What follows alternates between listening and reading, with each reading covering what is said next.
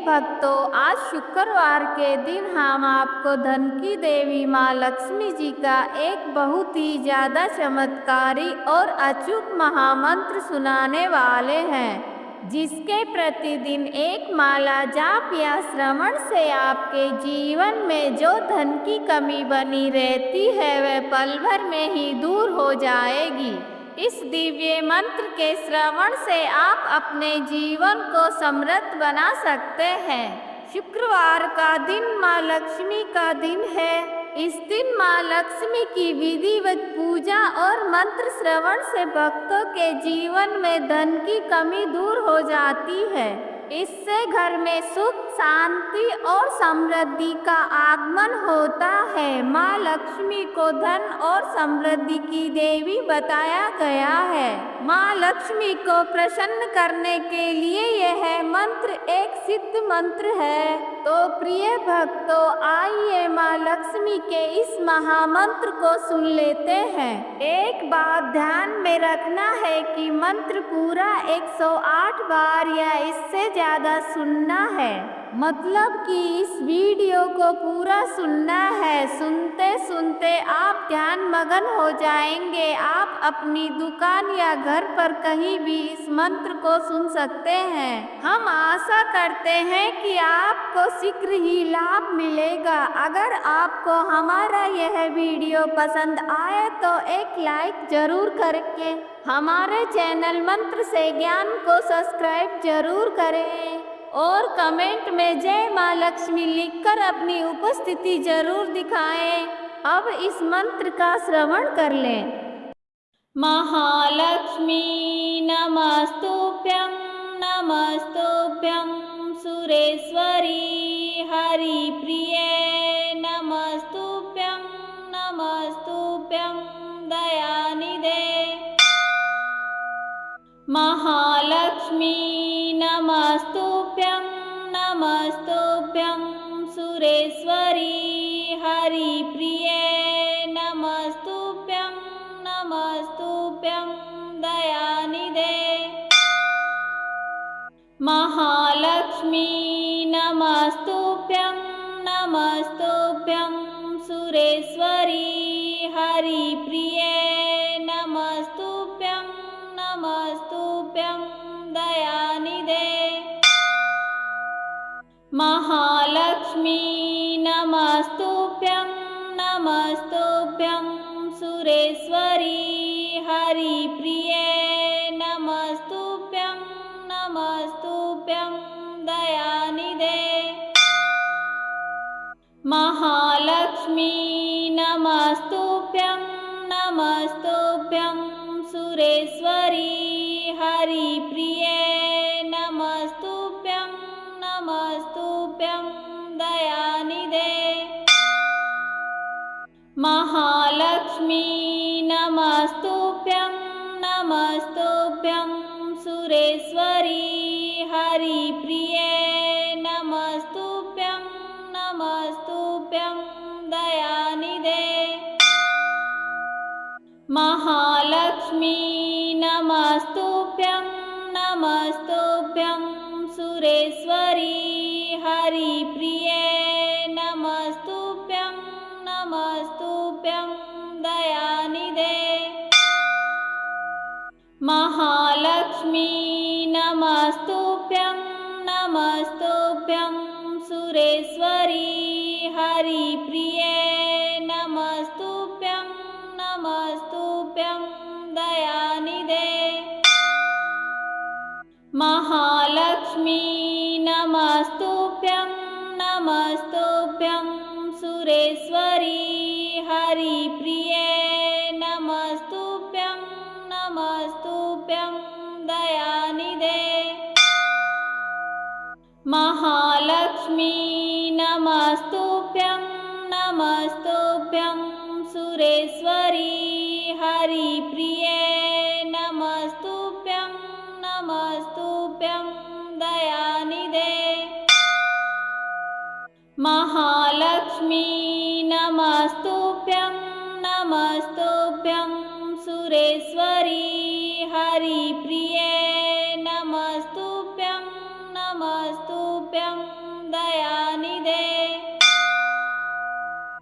महालक्ष्मी नमस्तुभ्यं नमस्तुभ्यं सुरेश्वरी हरिप्रिये नमस्तुभ्यं नमस्तुभ्यं दयानिधे।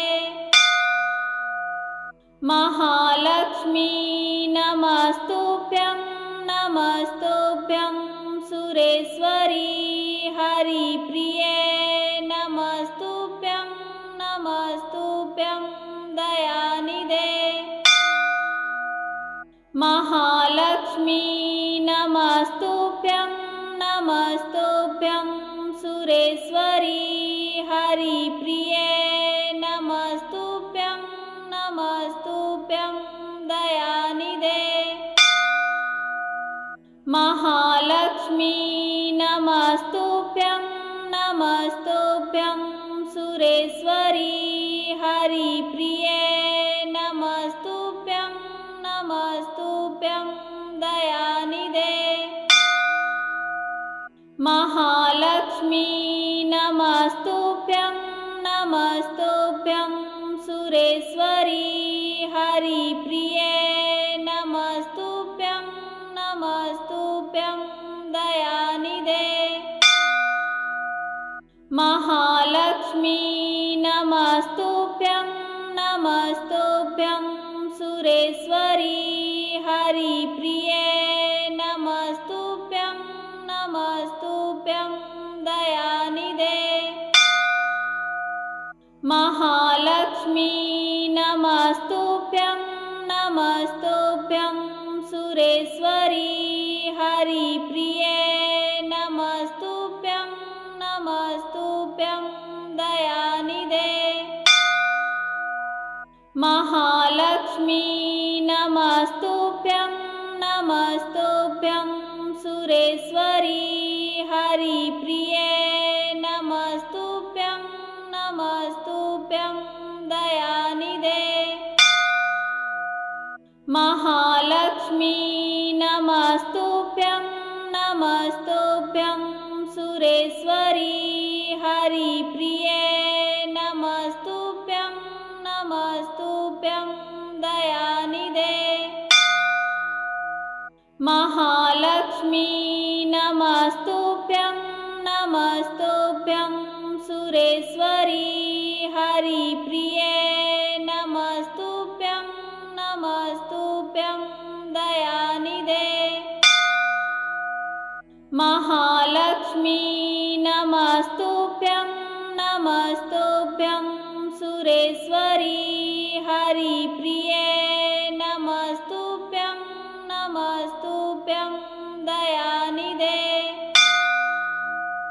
महालक्ष्मी नमस्तुभ्यं नमस्तुभ्यं सुरेश्वरी हरिप्रिये नमस्तुभ्यं नमस्तुभ्यं दयानिधे। महालक्ष्मी नमस्तुभ्यं नमस्तुभ्यं सुरेश्वरी हरिप्रिये नमस्तुभ्यं नमस्तुभ्यं दयानिधे। महालक्ष्मी नमस्तुभ्यं नमस्तुभ्यं सुरेश्वरी हरिप्रिये नमस्तुभ्यं नमस्तुभ्यं दयानिधे। महालक्ष्मी नमस्तुभ्यं नमस्तुभ्यं सुरेश्वरी हरिप्रिये नमस्तुभ्यं नमस्तुभ्यं दयानिधे। महालक्ष्मी नमस्तुभ्यं नमस्तुभ्यं सुरेश्वरी हरिप्रिये नमस्तुभ्यं नमस्तुभ्यं दयानिधे। महालक्ष्मी नमस्तुभ्यं नमस्तुभ्यं सुरेश्वरी हरिप्रिये नमस्तुभ्यं नमस्तुभ्यं दयानिधे। महालक्ष्मी नमस्तुभ्यं नमस्तुभ्यं सुरेश्वरी हरिप्रिये नमस्तुभ्यं नमस्तुभ्यं दयानिधे महालक्ष्मी नमस्तुभ्यं नमस्तुभ्यं सुरेश्वरी हरिप्रिये नमस्तुभ्यं नमस्तुभ्यं दयानिधे महालक्ष्मी नमस्तुभ्यं नमस्तुभ्यं सुरेश्वरी हरिप्रिये नमस्तुभ्यं नमस्तुभ्यं दयानिधे महालक्ष्मी नमस्तुभ्यं नमस्तुभ्यं सुरेश्वरी हरिप्रिये नमस्तुभ्यं नमस्तुभ्यं दयानिधे महालक्ष्मी नमस्तुभ्यं नमस्तुभ्यं सुरेश्वरी हरिप्रिये नमस्तुभ्यं नमस्तुभ्यं दयानिधे महालक्ष्मी नमस्तुभ्यं नमस्तुभ्यं सुरेश्वरी हरिप्रिये नमस्तुभ्यं नमस्तुभ्यं दयानिधे महालक्ष्मी नमस्तुभ्यं नमस्तुभ्यं सुरेश्वरी हरिप्रिये नमस्तुभ्यं नमस्तुभ्यं दयानिधे महालक्ष्मी नमस्तुभ्यं नमस्तुभ्यं सुरेश्वरी हरिप्रिये नमस्तुभ्यं नमस्तुभ्यं दयानिधे महालक्ष्मी नमस्तुभ्यं नमस्तुभ्यं सुरेश्वरी हरिप्रिये नमस्तुभ्यं नमस्तुभ्यं दयानिधे महालक्ष्मी नमस्तुभ्यं नमस्तुभ्यं सुरेश्वरी हरिप्रिये नमस्तुभ्यं नमस्तुभ्यं दयानिधे महालक्ष्मी नमस्तुभ्यं नमस्तुभ्यं सुरेश्वरी हरिप्रिये नमस्तुभ्यं नमस्तुभ्यं दयानिधे महालक्ष्मी नमस्तुभ्यं नमस्तुभ्यं सुरेश्वरी हरिप्रिये नमस्तुभ्यं नमस्तुभ्यं दयानिधे महालक्ष्मी नमस्तुभ्यं नमस्तुभ्यं सुरेश्वरी हरिप्रिये नमस्तुभ्यं नमस्तुभ्यं दयानिधे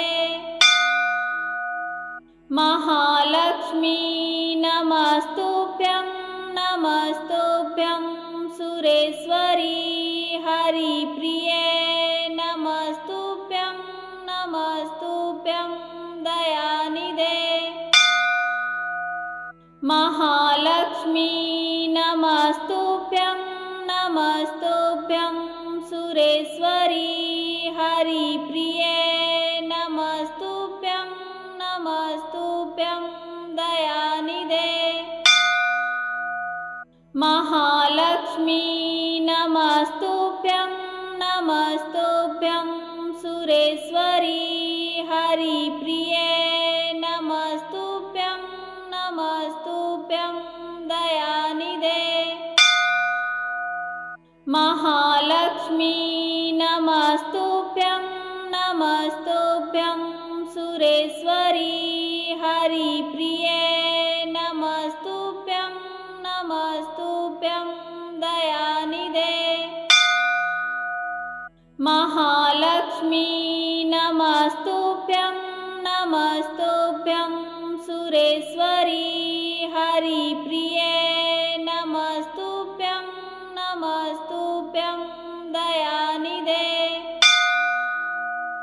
महालक्ष्मी नमस्तुभ्यं नमस्तुभ्यं सुरेश्वरी हरिप्रिये नमस्तुभ्यं नमस्तुभ्यं दयानिधे। महालक्ष्मी नमस्तुभ्यं नमस्तुभ्यं सुरेश्वरी हरिप्रिये नमस्तुभ्यं नमस्तुभ्यं दयानिधे। महालक्ष्मी नमस्तुभ्यं नमस्तुभ्यं सुरेश्वरी हरिप्रिये नमस्तुभ्यं नमस्तुभ्यं दयानिधे। महालक्ष्मी नमस्तुभ्यं नमस्तुभ्यं सुरेश्वरी हरिप्रिये नमस्तुभ्यं नमस्तुभ्यं दयानिधे। महालक्ष्मी नमस्तुभ्यं नमस्तुभ्यं सुरेश्वरी हरिप्रिये नमस्तुभ्यं नमस्तुभ्यं दयानिधे।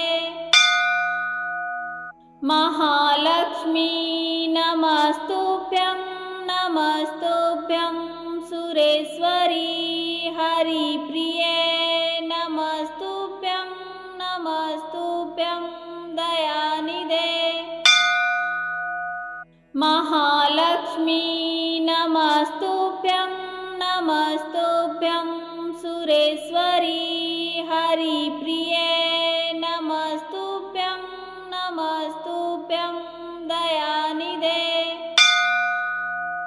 महालक्ष्मी नमस्तुभ्यं नमस्तुभ्यं सुरेश्वरी हरिप्रिये नमस्तुभ्यं नमस्तुभ्यं दयानिधे।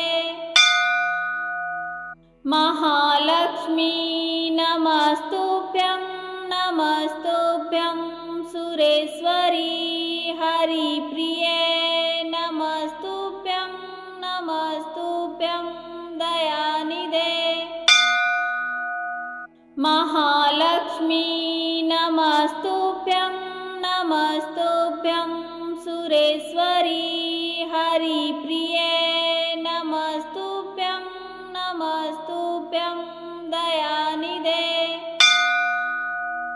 महालक्ष्मी नमस्तुभ्यं नमस्तुभ्यं सुरेश्वरी हरिप्रिये नमस्तुभ्यं नमस्तुभ्यं दयानिधे। महालक्ष्मी नमस्तुभ्यं नमस्तुभ्यं सुरेश्वरी हरिप्रिये नमस्तुभ्यं नमस्तुभ्यं दयानिधे। महालक्ष्मी नमस्तुभ्यं नमस्तुभ्यं सुरेश्वरी हरिप्रिये नमस्तुभ्यं नमस्तुभ्यं दयानिधे। महालक्ष्मी नमस्तुभ्यं नमस्तुभ्यं सुरेश्वरी हरिप्रिये नमस्तुभ्यं नमस्तुभ्यं दयानिधे। महालक्ष्मी नमस्तुभ्यं नमस्तुभ्यं सुरेश्वरी हरिप्रिये नमस्तुभ्यं नमस्तुभ्यं दयानिधे। महालक्ष्मी नमस्तुभ्यं नमस्तुभ्यं सुरेश्वरी हरिप्रिये नमस्तुभ्यं नमस्तुभ्यं दयानिधे। महालक्ष्मी नमस्तुभ्यं नमस्तुभ्यं सुरेश्वरी हरिप्रिये नमस्तुभ्यं नमस्तुभ्यं दयानिधे। महालक्ष्मी नमस्तुभ्यं नमस्तुभ्यं सुरेश्वरी हरिप्रिये नमस्तुभ्यं नमस्तुभ्यं दयानिधे महालक्ष्मी नमस्तुभ्यं नमस्तुभ्यं सुरेश्वरी हरिप्रिये नमस्तुभ्यं नमस्तुभ्यं दयानिधे महालक्ष्मी नमस्तुभ्यं नमस्तुभ्यं सुरेश्वरी हरिप्रिये नमस्तुभ्यं नमस्तुभ्यं दयानिधे महालक्ष्मी नमस्तुभ्यं नमस्तुभ्यं सुरेश्वरी हरिप्रिये नमस्तुभ्यं नमस्तुभ्यं दयानिधे महालक्ष्मी नमस्तुभ्यं नमस्तुभ्यं सुरेश्वरी हरिप्रिये नमस्तुभ्यं नमस्तुभ्यं दयानिधे महालक्ष्मी नमस्तुभ्यं नमस्तुभ्यं सुरेश्वरी हरिप्रिये नमस्तुभ्यं नमस्तुभ्यं दयानिधे महालक्ष्मी नमस्तुभ्यं नमस्तुभ्यं सुरेश्वरी हरिप्रिये नमस्तुभ्यं नमस्तुभ्यं दयानिधे महालक्ष्मी नमस्तुभ्यं नमस्तुभ्यं सुरेश्वरी हरिप्रिये नमस्तुभ्यं नमस्तुभ्यं दयानिधे महालक्ष्मी नमस्तुभ्यं नमस्तुभ्यं सुरेश्वरी हरिप्रिये नमस्तुभ्यं नमस्तुभ्यं दयानिधे महालक्ष्मी नमस्तुभ्यं नमस्तुभ्यं सुरेश्वरी हरिप्रिये नमस्तुभ्यं नमस्तुभ्यं दयानिधे महालक्ष्मी नमस्तुभ्यं नमस्तुभ्यं सुरेश्वरी हरिप्रिये नमस्तुभ्यं नमस्तुभ्यं दयानिधे महालक्ष्मी नमस्तुभ्यं नमस्तुभ्यं सुरेश्वरी हरिप्रिये नमस्तुभ्यं नमस्तुभ्यं दयानिधे महालक्ष्मी नमस्तुभ्यं नमस्तुभ्यं सुरेश्वरी हरिप्रिये नमस्तुभ्यं नमस्तुभ्यं दयानिधे महालक्ष्मी नमस्तुभ्यं नमस्तुभ्यं सुरेश्वरी हरिप्रिये नमस्तुभ्यं नमस्तुभ्यं दयानिधे महालक्ष्मी नमस्तुभ्यं नमस्तुभ्यं सुरेश्वरी हरिप्रिये नमस्तुभ्यं नमस्तुभ्यं दयानिधे महालक्ष्मी नमस्तुभ्यं नमस्तुभ्यं सुरेश्वरी हरिप्रिये नमस्तुभ्यं नमस्तुभ्यं दयानिधे महालक्ष्मी नमस्तुभ्यं नमस्तुभ्यं सुरेश्वरी हरिप्रिये नमस्तुभ्यं नमस्तुभ्यं दयानिधे महालक्ष्मी नमस्तुभ्यं नमस्तुभ्यं सुरेश्वरी हरिप्रिये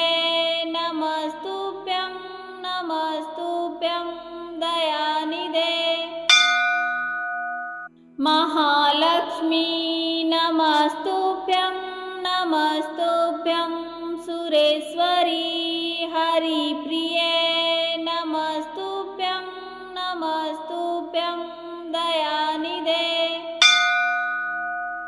महालक्ष्मी नमस्तुभ्यं नमस्तुभ्यं सुरेश्वरी हरिप्रिये नमस्तुभ्यं नमस्तुभ्यं दयानिधे। महालक्ष्मी नमस्तुभ्यं नमस्तुभ्यं सुरेश्वरी हरिप्रिये नमस्तुभ्यं नमस्तुभ्यं दयानिधे। महालक्ष्मी नमस्तुभ्यं नमस्तुभ्यं सुरेश्वरी हरिप्रिये नमस्तुभ्यं नमस्तुभ्यं दयानिधे। महालक्ष्मी नमस्तुभ्यं नमस्तुभ्यं सुरेश्वरी हरिप्रिये नमस्तुभ्यं नमस्तुभ्यं दयानिधे। महालक्ष्मी नमस्तुभ्यं नमस्तुभ्यं सुरेश्वरी हरिप्रिये नमस्तुभ्यं नमस्तुभ्यं दयानिधे। महालक्ष्मी नमस्तुभ्यं नमस्तुभ्यं सुरेश्वरी हरिप्रिये नमस्तुभ्यं नमस्तुभ्यं दयानिधे। महालक्ष्मी नमस्तुभ्यं नमस्तुभ्यं सुरेश्वरी हरिप्रिये नमस्तुभ्यं नमस्तुभ्यं दयानिधे। महालक्ष्मी नमस्तुभ्यं नमस्तुभ्यं सुरेश्वरी हरिप्रिये नमस्तुभ्यं नमस्तुभ्यं दयानिधे। महालक्ष्मी नमस्तुभ्यं नमस्तुभ्यं सुरेश्वरी हरिप्रिये नमस्तुभ्यं नमस्तुभ्यं दयानिधे। महालक्ष्मी नमस्तुभ्यं नमस्तुभ्यं सुरेश्वरी हरिप्रिये नमस्तुभ्यं नमस्तुभ्यं दयानिधे।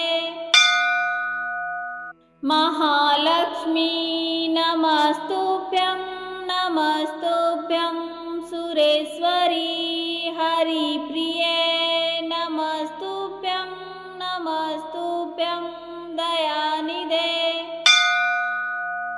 महालक्ष्मी नमस्तुभ्यं नमस्तुभ्यं सुरेश्वरी हरिप्रिये नमस्तुभ्यं नमस्तुभ्यं दयानिधे। महालक्ष्मी नमस्तुभ्यं नमस्तुभ्यं सुरेश्वरी हरिप्रिये नमस्तुभ्यं नमस्तुभ्यं दयानिधे। महालक्ष्मी नमस्तुभ्यं नमस्तुभ्यं सुरेश्वरी हरिप्रिये नमस्तुभ्यं नमस्तुभ्यं दयानिधे। महालक्ष्मी नमस्तुभ्यं नमस्तुभ्यं सुरेश्वरी हरिप्रिये नमस्तुभ्यं नमस्तुभ्यं दयानिधे।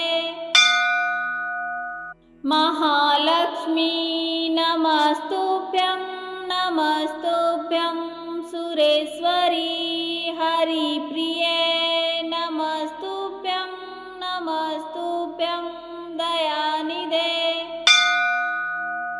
महालक्ष्मी नमस्तुभ्यं नमस्तुभ्यं सुरेश्वरी हरिप्रिये नमस्तुभ्यं नमस्तुभ्यं दयानिधे महालक्ष्मी नमस्तुभ्यं नमस्तुभ्यं सुरेश्वरी हरिप्रिये नमस्तुभ्यं नमस्तुभ्यं दयानिधे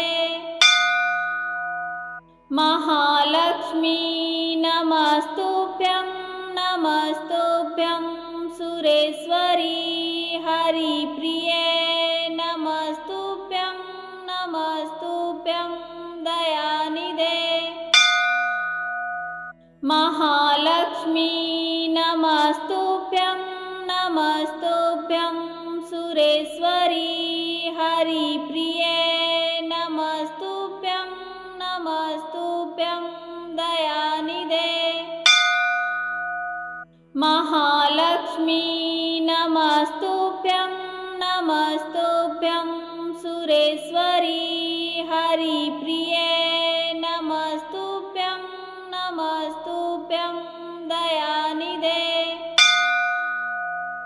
महालक्ष्मी नमस्तुभ्यं नमस्तुभ्यं सुरेश्वरी हरिप्रिये नमस्तुभ्यं नमस्तुभ्यं दयानिधे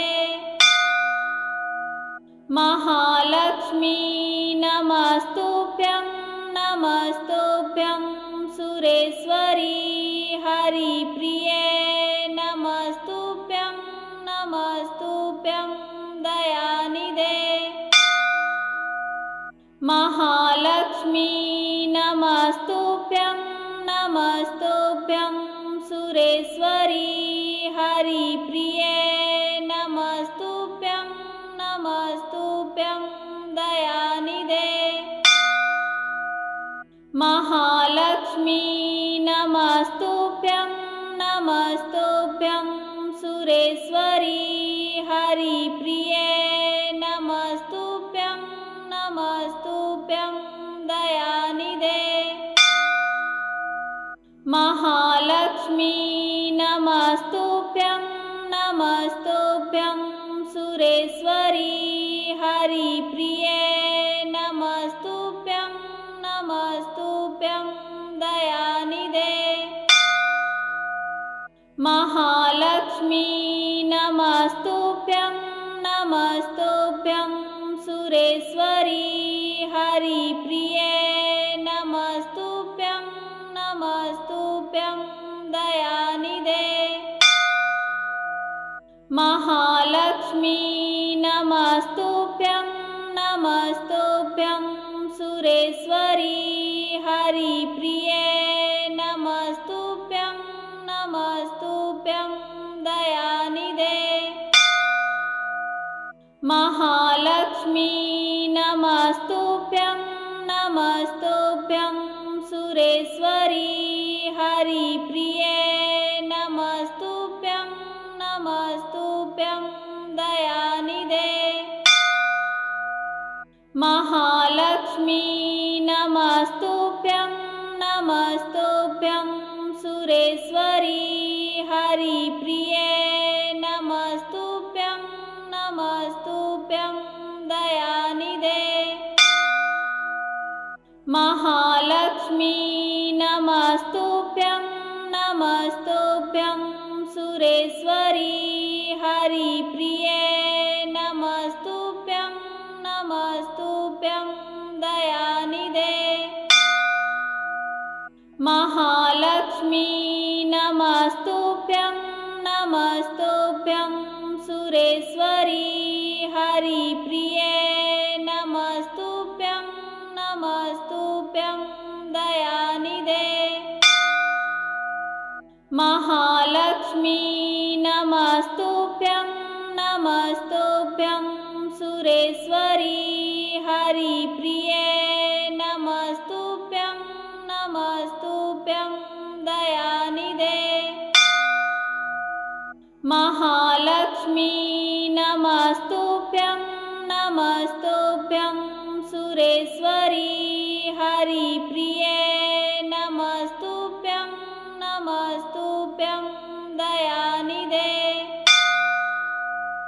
महालक्ष्मी नमस्तुभ्यं नमस्तुभ्यं सुरेश्वरी हरिप्रिये नमस्तुभ्यं नमस्तुभ्यं दयानिधे।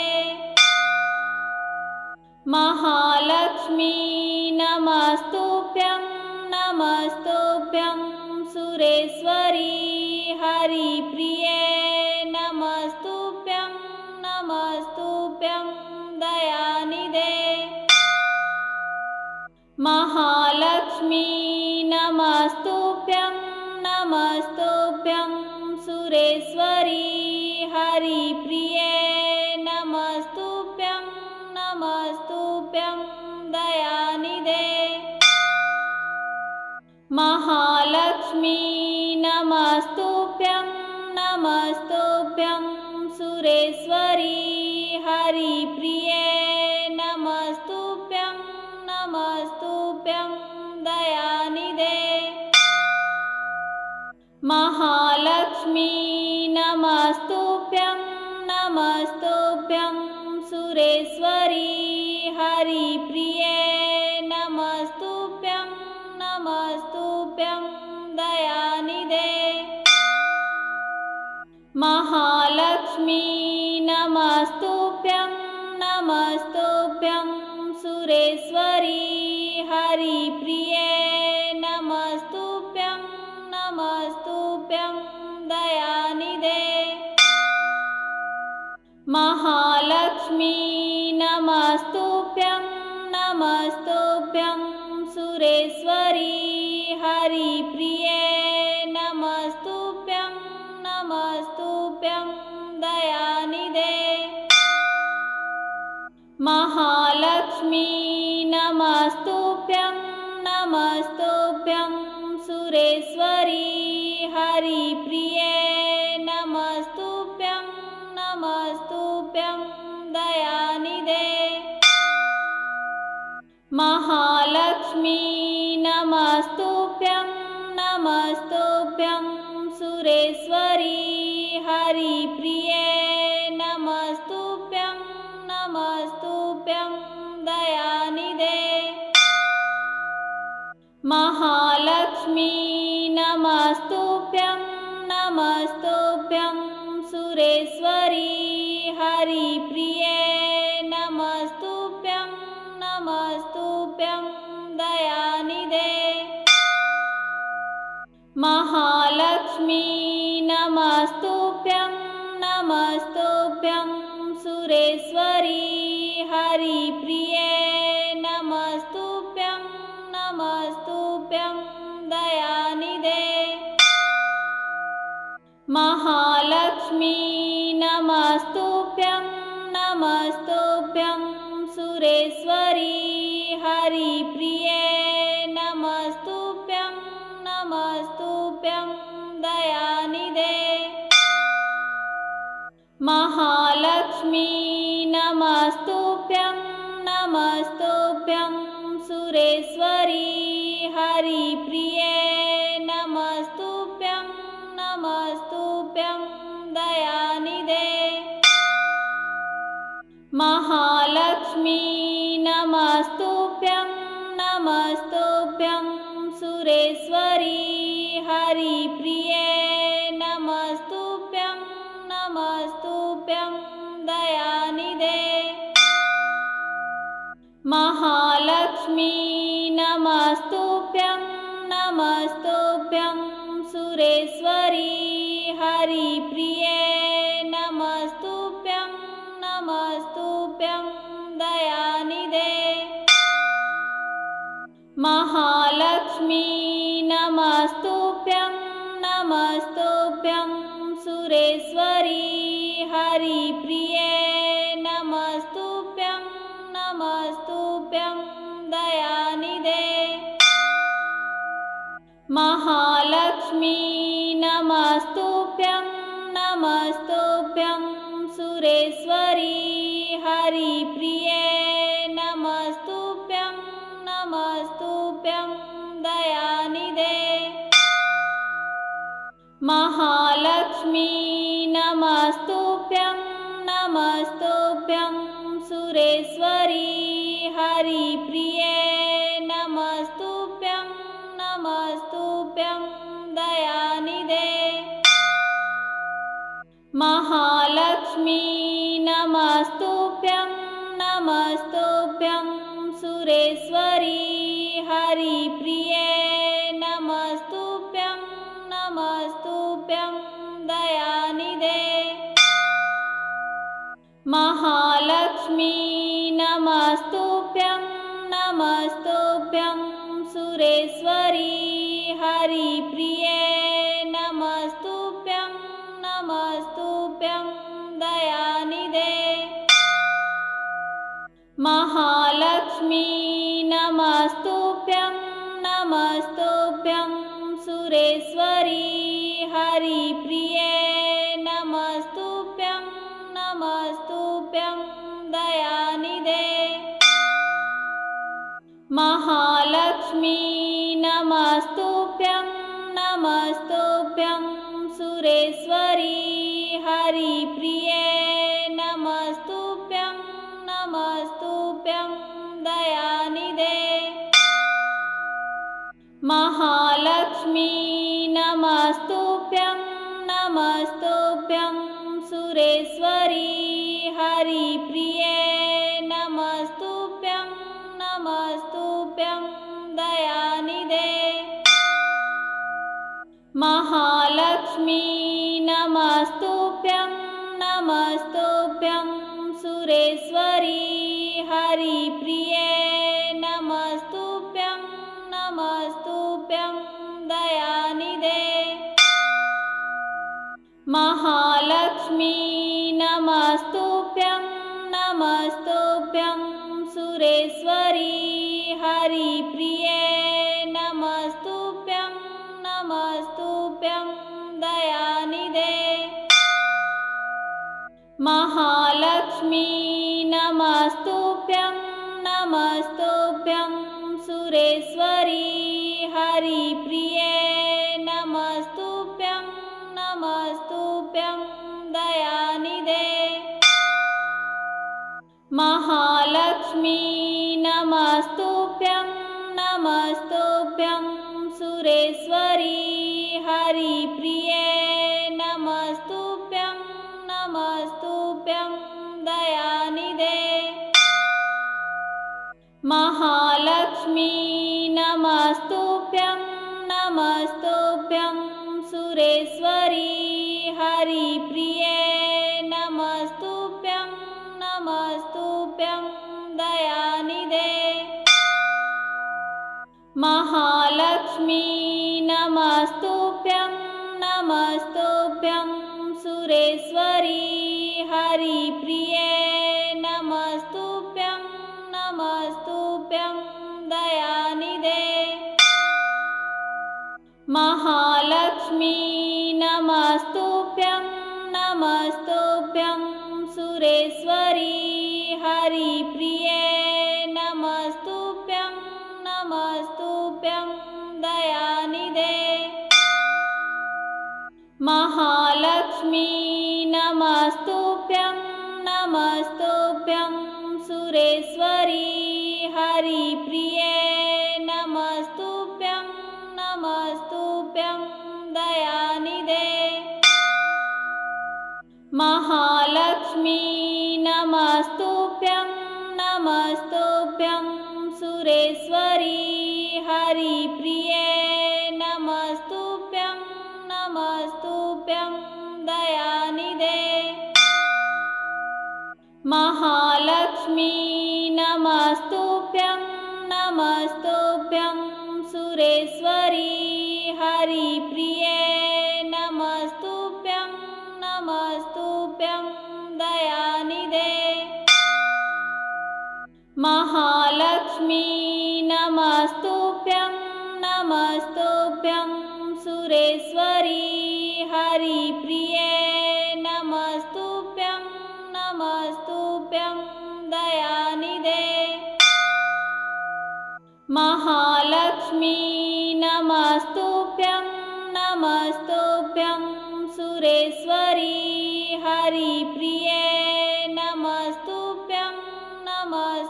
नमस्तुभ्यं दयानिधे।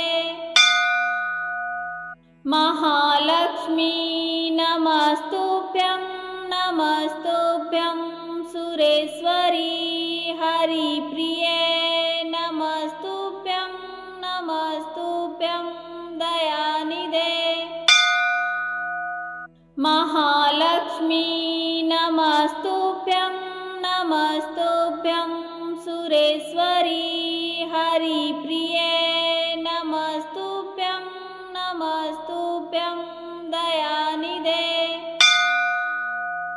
महालक्ष्मी नमस्तुभ्यं नमस्तुभ्यं सुरेश्वरी हरिप्रिये नमस्तुभ्यं नमस्तुभ्यं दयानिधे। महालक्ष्मी नमस्तुभ्यं नमस्तुभ्यं सुरेश्वरी हरिप्रिये नमस्तुभ्यं नमस्तुभ्यं दयानिधे। महालक्ष्मी नमस्तुभ्यं नमस्तुभ्यं सुरेश्वरी हरिप्रिये नमस्तुभ्यं नमस्तुभ्यं दयानिधे। महालक्ष्मी नमस्तुभ्यं नमस्तुभ्यं सुरेश्वरी हरिप्रिये नमस्तुभ्यं नमस्तुभ्यं दयानिधे। महालक्ष्मी नमस्तुभ्यं नमस्तुभ्यं सुरेश्वरी हरिप्रिये नमस्तुभ्यं नमस्तुभ्यं दयानिधे। महालक्ष्मी नमस्तुभ्यं नमस्तुभ्यं सुरेश्वरी हरिप्रिये नमस्तुभ्यं नमस्तुभ्यं दयानिधे। महालक्ष्मी नमस्तुभ्यं नमस्तुभ्यं सुरेश्वरी हरिप्रिये नमस्तुभ्यं नमस्तुभ्यं दयानिधे। महालक्ष्मी नमस्तुभ्यं नमस्तुभ्यं सुरेश्वरी हरिप्रिये नमस्तुभ्यं नमस्तुभ्यं दयानिधे। महालक्ष्मी नमस्तुभ्यं नमस्तुभ्यं सुरेश्वरी हरिप्रिये नमस्तुभ्यं नमस्तुभ्यं दयानिधे। महालक्ष्मी नमस्तुभ्यं नमस्तुभ्यं सुरेश्वरी हरिप्रिये नमस्तुभ्यं नमस्तुभ्यं दयानिधे। महालक्ष्मी नमस्तुभ्यं नमस्तुभ्यं सुरेश्वरी हरिप्रिये नमस्तुभ्यं नमस्तुभ्यं दयानिधे। महालक्ष्मी नमस्तुभ्यं नमस्तुभ्यं सुरेश्वरी हरिप्रिये नमस्तुभ्यं नमस्तुभ्यं दयानिधे। महालक्ष्मी नमस्तुभ्यं नमस्तुभ्यं सुरेश्वरी हरिप्रिये नमस्तुभ्यं नमस्तुभ्यं दयानिधे। महालक्ष्मी नमस्तुभ्यं नमस्तुभ्यं सुरेश्वरी हरिप्रिये नमस्तुभ्यं नमस्तुभ्यं दयानिधे। महालक्ष्मी नमस्तुभ्यं नमस्तुभ्यं सुरेश्वरी हरिप्रिये नमस्तुभ्यं नमस्तुभ्यं दयानिधे। महालक्ष्मी नमस्तुभ्यं नमस्तुभ्यं सुरेश्वरी हरिप्रिये नमस्तुभ्यं नमस्तुभ्यं दयानिधे। महालक्ष्मी नमस्तुभ्यं नमस्तुभ्यं सुरेश्वरी हरिप्रिये नमस्तुभ्यं नमस्तुभ्यं दयानिधे। महालक्ष्मी नमस्तुभ्यं नमस्तुभ्यं सुरेश्वरी हरिप्रिये नमस्तुभ्यं नमस्तुभ्यं दयानिधे। महालक्ष्मी नमस्तुभ्यं नमस्तुभ्यं सुरेश्वरी हरिप्रिये नमस्तुभ्यं नमस्तुभ्यं दयानिधे। महालक्ष्मी नमस्तुभ्यं नमस्तुभ्यं सुरेश्वरी हरिप्रिये नमस्तुभ्यं नमस्तुभ्यं दयानिधे। महालक्ष्मी नमस्तुभ्यं नमस्तुभ्यं सुरेश्वरी हरिप्रिये नमस्तुभ्यं नमस्तुभ्यं दयानिधे।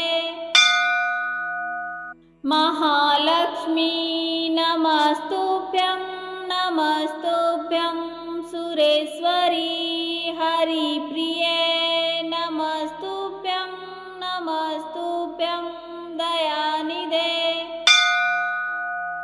महालक्ष्मी नमस्तुभ्यं नमस्तुभ्यं सुरेश्वरी हरिप्रिये नमस्तुभ्यं नमस्तुभ्यं दयानिधे। महालक्ष्मी नमस्तुभ्यं नमस्तुभ्यं सुरेश्वरी हरिप्रिये नमस्तुभ्यं नमस्तुभ्यं दयानिधे। महालक्ष्मी नमस्तुभ्यं नमस्तुभ्यं सुरेश्वरी हरिप्रिये नमस्तुभ्यं नमस्तुभ्यं दयानिधे। महालक्ष्मी नमस्तुभ्यं नमस्तुभ्यं सुरेश्वरी हरिप्रिये नमस्तुभ्यं नमस्तुभ्यं दयानिधे। महालक्ष्मी नमस्तुभ्यं नमस्तुभ्यं सुरेश्वरी हरिप्रिये नमस्तुभ्यं नमस्तुभ्यं दयानिधे। महालक्ष्मी नमस्तुभ्यं नमस्तुभ्यं सुरेश्वरी हरिप्रिये नमस्तुभ्यं नमस्तुभ्यं दयानिधे। महालक्ष्मी नमस्तुभ्यं नमस्तुभ्यं सुरेश्वरी हरिप्रिये नमस्तुभ्यं नमस्तुभ्यं दयानिधे। महालक्ष्मी नमस्तुभ्यं नमस्तुभ्यं सुरेश्वरी हरिप्रिये नमस्तुभ्यं नमस्तुभ्यं दयानिधे। महालक्ष्मी नमस्तुभ्यं नमस्तुभ्यं सुरेश्वरी हरिप्रिये नमस्तुभ्यं नमस्तुभ्यं दयानिधे। महालक्ष्मी नमस्तुभ्यं नमस्तुभ्यं सुरेश्वरी हरिप्रिये नमस्तुभ्यं नमस्तुभ्यं दयानिधे। महालक्ष्मी नमस्तुभ्यं नमस्तुभ्यं नमस्तुभ्यं सुरेश्वरी हरिप्रिये नमस्तुभ्यं नमस्तुभ्यं दयानिधे महालक्ष्मी नमस्तुभ्यं नमस्तुभ्यं सुरेश्वरी हरिप्रिये नमस्तुभ्यं नमस्तुभ्यं दयानिधे महालक्ष्मी नमस्तुभ्यं नमस्तुभ्यं सुरेश्वरी हरिप्रिये नमस्तुभ्यं नमस्तुभ्यं दया